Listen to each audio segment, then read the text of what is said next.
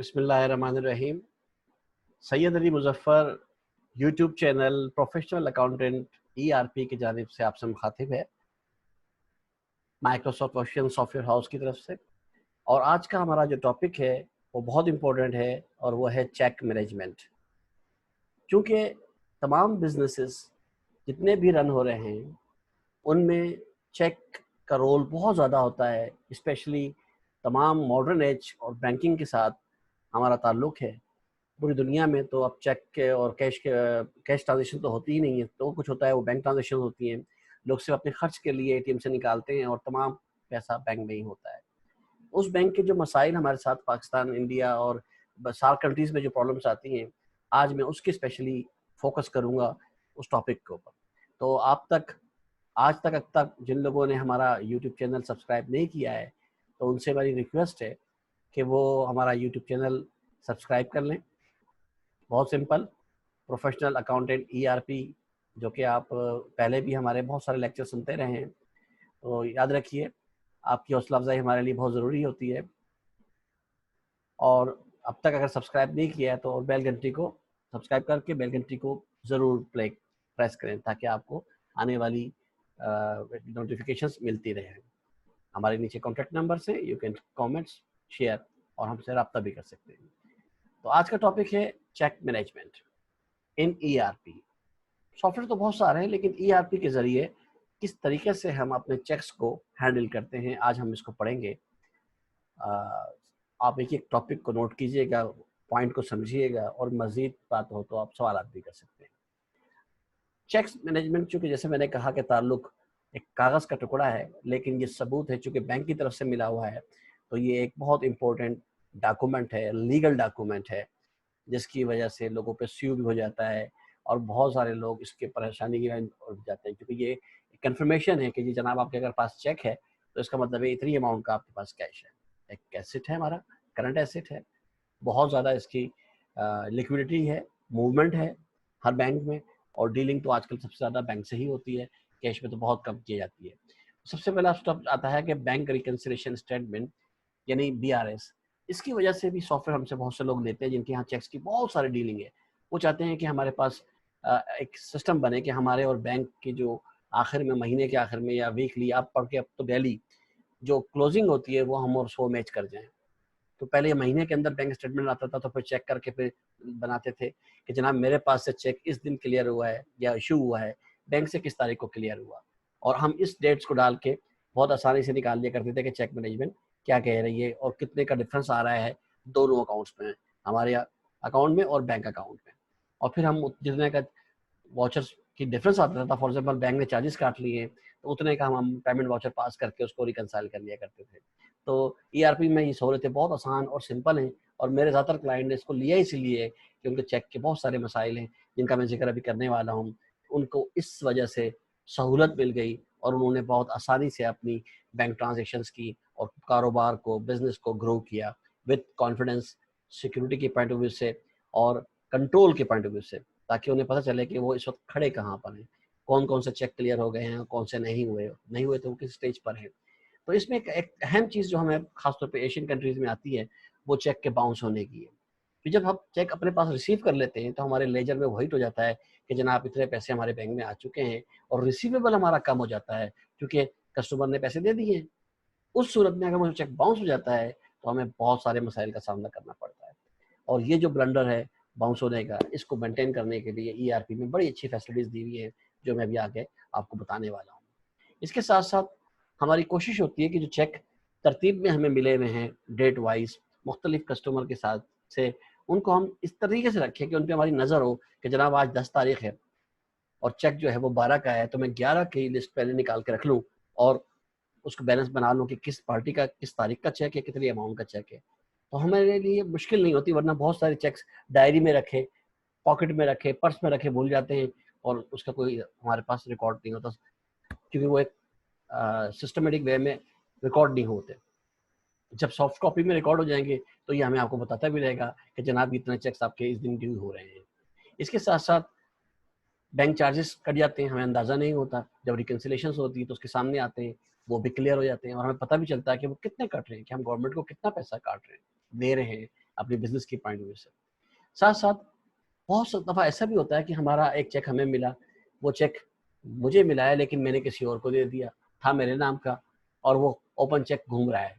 मालूम चला 10वें 11वें आदमी जाके उसको कैश किया, जिसने दिया था उसको उसने दिया ही नहीं था, जिसने लिया था उसका वो हकदार ही नहीं था। लेकिन वो रोल होता है चेक मार्केट में आजकल, जैसे हमारी कराची की मार्केट है, जोड़िया बाज़ार, या लाहौर की अकबरी मंडी है, या पिंडी की राजा बाज़ार है, हर जगह पे ऐसा होता है कि चेक्स लोगों के भी घूम रहे होते हैं, और वो एक डिस्टर्ब हो जाता है तो सारे के सारे डिस्टर्ब हो जाते हैं।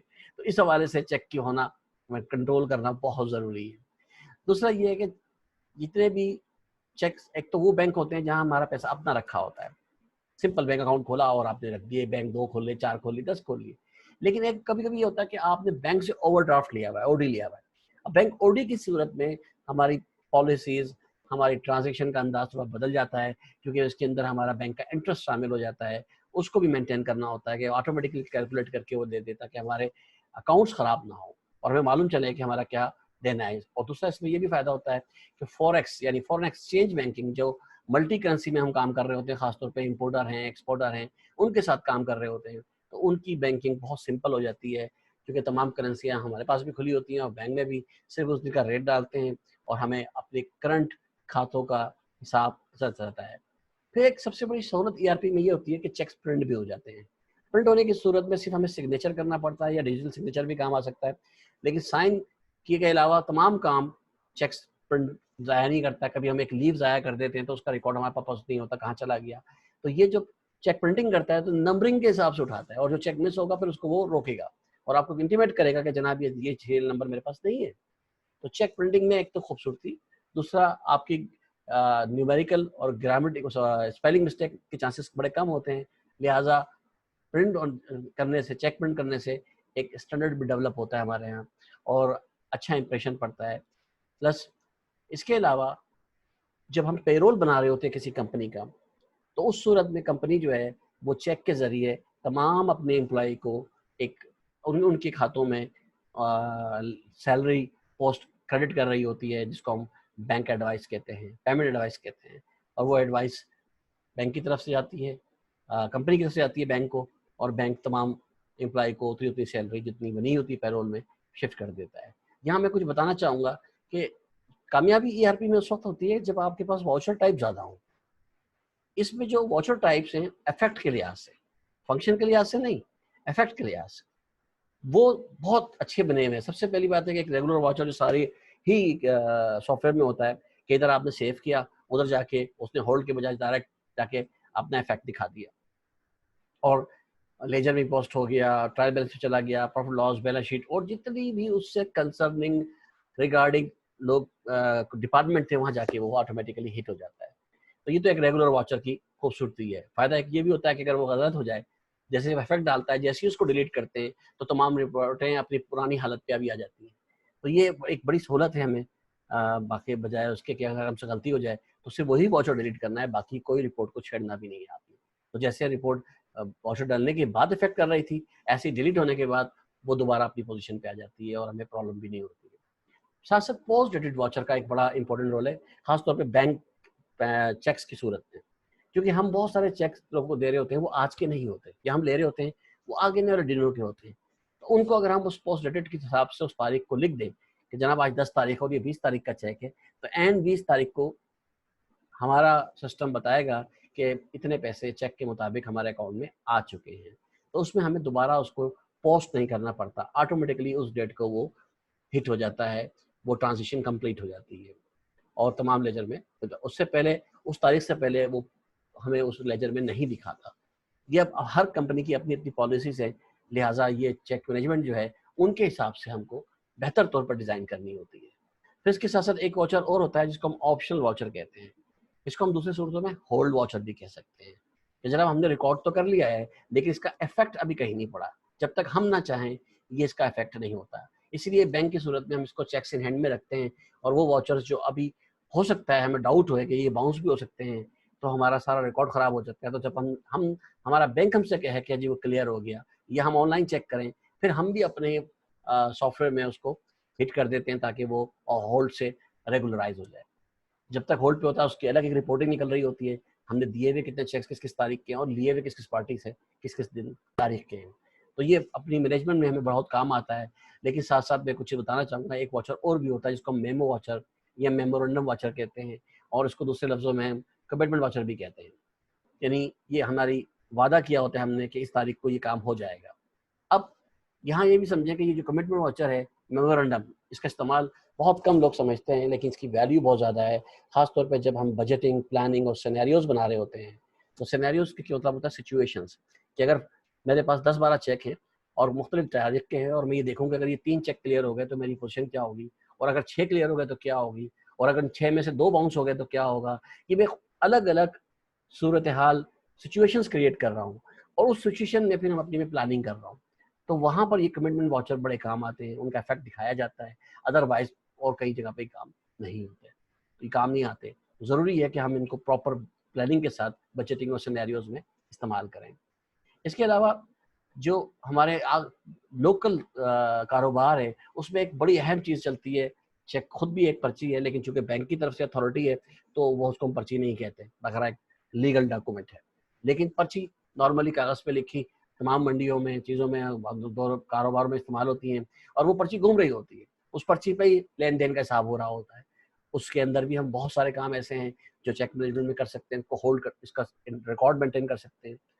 क्योंकि अगर पर्ची खाली अलग-अलग रखी गई हैं, तो उन पर्चियों का आपस में कोई ट्रैक नहीं है। लेकिन वही पर्ची अगर मैनेजमेंट के साथ रखी जाए, एक तरीके से तरतीब के साथ, तो हमारा बड़ा काम दे सकती हैं। तो पर्चियों के साथ-साथ जो कंप्यूटर टैली है, इसने ईआरपी में ये सहूलत दी है कि एक अलग वाउचर क्रिएट किया हुआ है, खास तौर पे डीलिंग करने के लिए, कि बैंक में पैसे जा रहे हैं, ये बैंक से निकल रहे हैं, उसे हम कॉन्ट्रा वाउचर कहते हैं। उसमें हम डिपॉज़िट कर रहे हैं तो क्या तरतीब होगी, हम कैश विथड्रॉ कर रहे हैं तो क्या होगा, और अगर एक बैंक से हम दूसरे बैंक में ट्रांसफ़र कर रहे हैं तो क्या तरीक़ेकार होगा। ये तमाम चीज़ें जो मैंने आपको बताएँ, वाउचर टाइप्स या कॉन्ट्रा, इन सबको मिलकर एक इस तरीके से तरतीब देना कि जो शख़्स अपना बिज़नेस कर रहा है वो हमें समझाता है, हम उसी के मुताबिक उसको डिज़ाइन करके स्ट्रक्चर बना के देते हैं, ताकि उसको मुश्किल ना हो, और उस पे जब उसकी इम्प्लीमेंटेशन की ट्रेनिंग होती है, तो उसके लिए काम इंतहाई आसान हो जाता है कि उसको सिर्फ एक वाउचर पास करना है, और बैक एंड पे ये सारे काम ऑटोमेटिक हो रहे होते हैं। तो आज की टॉपिक का से मैं इजाज़त चाहता हूँ। उम्मीद है आपको पसंद आएगा। हमारा ये छोटा-सा काविश है, और आप सबसे दरख्वास्त है कि जिन-जिन लोगों ने अब तक यूट्यूब चैनल हमारा सब्सक्राइब नहीं किया, तो प्रोफेशनल अकाउंटेंट ईआरपी सब्सक्राइब कीजिए, और बेल घंटी को प्रेस कीजिए ताकि आपको नोटिफ़िकेशन मिले, और हमें लाइक कीजिए, शेयर कीजिए और कमेंट्स कीजिए। हम आपके पॉइंट्स की, आइडियाज़ की, सजेशंस के तलबगार हैं, और इंतज़ार रहेगा हमें। सैयद अली मुज़फ़्फ़र को इजाज़त दीजिए, और उम्मीद है हम नए टॉपिक के साथ दोबारा हाज़िर होंगे आपके पास।